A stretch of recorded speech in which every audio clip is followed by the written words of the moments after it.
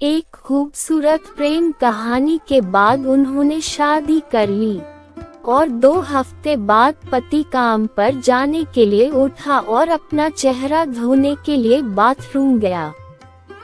उसने आईने में देखा कि उसके चेहरे पर अलग अलग रंगों से कुछ शक्लें बनी हुई हैं। उसकी सीधी सादी बीवी, बचकाना और मासूम दिल रखने वाली, उसने सोते वक्त उसके चेहरे पर कुछ लिख दिया था। उसने इसे बड़े प्यार से अंजाम दिया था। वो उस पर हंसने के लिए तैयार थी। सुबह वह उसके पीछे दौड़ेगा, उसे पकड़कर उसके गाल पर चुटकी लेगा, फिर उसे कसकर गले लगाएगा और उससे कहेगा कि वो उससे बहुत प्यार करता है। फिर वो दोनों पूरा दिन उसके चेहरे पर हंसेंगे। उस बेचारी मासूम बीवी ने पिछली रात ही ऐसा सपना देखा था, लेकिन उसके पति ने गुस्से में अपना मुंह धोया और फिर किचन में कॉफी पीने के लिए चला गया, जो वह रोज सुबह पिया करता था। उसकी पत्नी आज कॉफी बनाना भूल गई थी, क्योंकि वो उससे थोड़ा सा झगड़ना चाहती थी। अपने पति से कुछ रोमांस की उम्मीदें, जो उसने हमेशा फिल्मों में देखा था और किताबों में पढ़ा था। पर जब उसे कॉफी नहीं मिली तो वो गुस्सा होकर उसके पास आया। वो उस पर चिल्लाया और उसे तब तक थप्पड़ मारता रहा जब तक कि उसने उसे जमीन पर नहीं गिरा दिया और कहा, मैंने तुम्हारे साथ खेलने के लिए शादी नहीं की है। मैं एक आदमी हूँ, छोटा बच्चा नहीं हूँ। मैंने एक परिवार बनाने के लिए तुमसे शादी की है, ताकि सभी की नजरों में एक आदमी बन सकूं। पागल हो क्या तुम? प्यार और रोमांस की कहानियों की तरह जीना चाहती हो? जागो, जागो। तुम किसी फिल्म की हीरोइन नहीं हो। जो कहानियाँ तुम पढ़ा करती हो वह सब खत्म हो चुकी हैं। कहानियों से घर नहीं बनेगा और ना ही खाना बनेगा। ये कहानियाँ तुम्हारे बच्चों को नहीं पालेंगी। वह बेचारी मासूम बीवी खड़ी रो रही थी और अपने दुपट्टे से अपने आंसू पोंछ रही थी। पति ने उस पर चिल्लाते हुए कहा, आज मैं अपने दोस्तों को लंच पर बुलाऊंगा। मैं चाहता हूँ कि जब वह आए तो सारा खाना तैयार हो जाए। तुम समझ गई ना? और अगर खाने पीने में कुछ कमी रही तो तुझ पर अफसोस हो।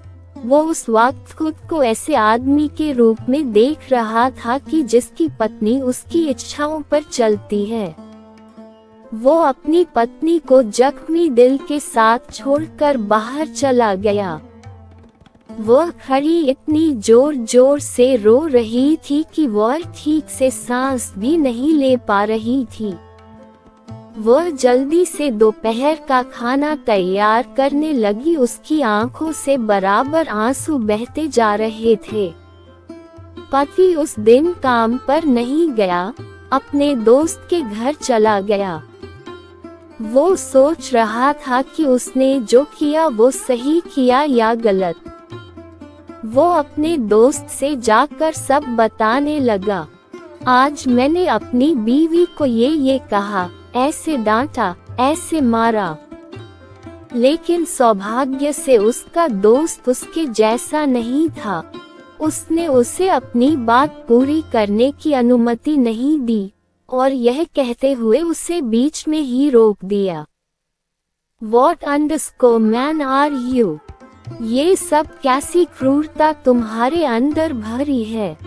इस तरह तुम अपनी पत्नी के साथ व्यवहार करते हो। क्या तुम एक अच्छे पति हो? क्या तुमने ईश्वर के दूत को नहीं सुना?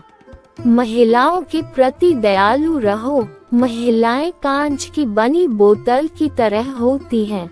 आपको उसके साथ नरमी से व्यवहार करना होगा, उसके प्रति दयालु होना होगा, उसके साथ कोमल होना होगा, उसे दुलारना होगा और उसे तोड़ना नहीं होगा। अरे यार, तुमने अभी कुछ समय पहले अपनी पत्नी से खाना पकाने और बच्चों की परवरिश के बारे में जो बताया था, वो सब मूल रूप से उसके साधारण कामों में से एक है जिसे वो रोज करती है, और तुम्हारा उसके साथ दयालु और स्नेही होने से ही तुम्हारे लिए उसका प्यार और जुनून बढ़ेगा।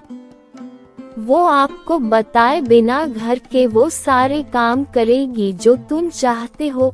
वह तेरी दासी नहीं है और न वह घर की नौकरानी है।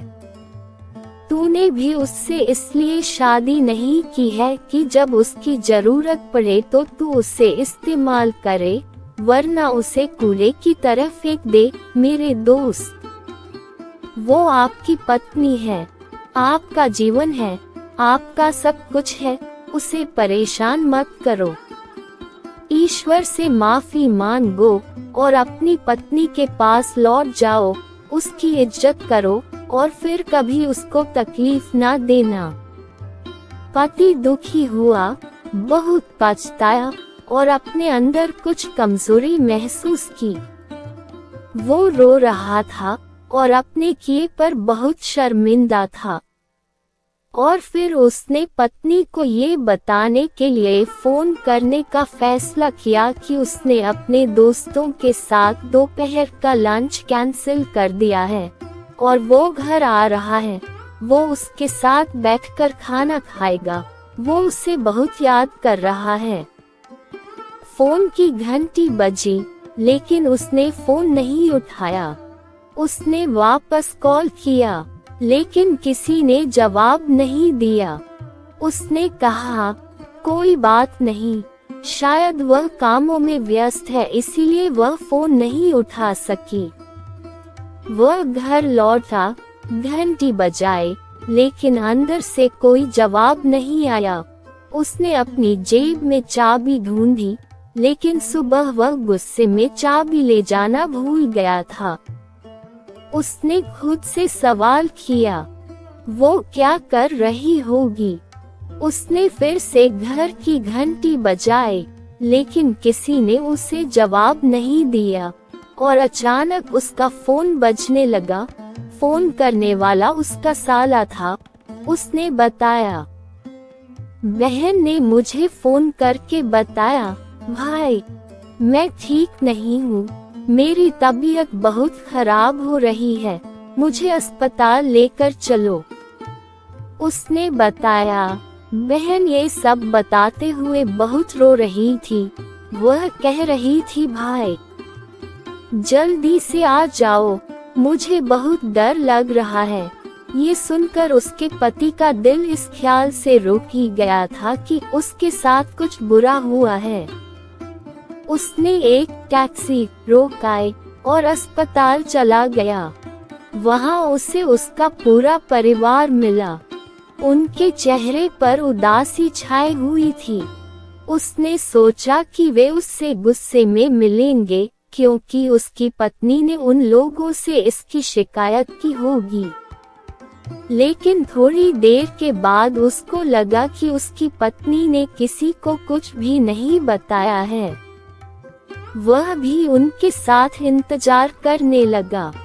कई घंटों के बाद डॉक्टर उनके पास आए, सिर झुकाया और उनसे कहा, आई एम सॉरी, हमने बहुत कोशिश की लेकिन हम उससे बचा नहीं पाए। हमें बहुत अफसोस है, वह मर गई है। शाम को पति अपनी पत्नी के भाई से दूसरी चाबी लेकर घर आया। ताला खोलकर घर के अंदर गया तो टेबल को ढका हुआ पाया। उसने टेबल पर से कपड़ा हटाया। टेबल पर बहुत ही स्वादिष्ट व सुंदर तरीके के पकवानों की डिशें लगी हुई थी। उसने फ्रिज के दरवाजे के ऊपर एक कागज लटका हुआ देखा। उसने उसे खोला तो उसमें लिखा हुआ था, मेरे प्यारे पति, आज सुबह जो मैंने गलती की मुझे उसके बारे में बहुत अफसोस है। आप मुझे माफ कर दो। मैं आपसे बहुत मोहब्बत करती हूँ। मैं चाहती थी कि आप मुझे गले लगाकर मुझसे कहें कि मैं तुमसे बहुत मोहब्बत करता हूँ। तुम मेरी जिंदगी हो, लेकिन मैं अपने चुलबुलेपन की वजह से नहीं समझ पाई कि आप मेरी इस हरकत पर बहुत गुस्सा हो जाएंगे।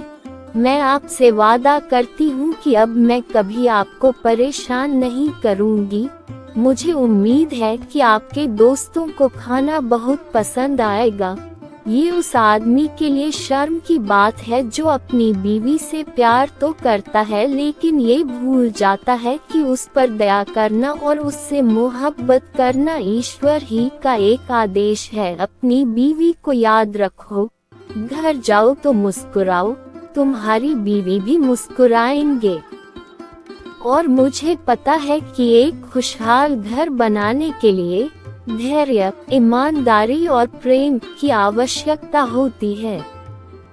मुझे पता ही नहीं चला कि मैं उन 4 दिनों में कब उनके करीब आ गई और हमारे बीच प्यार हो गया।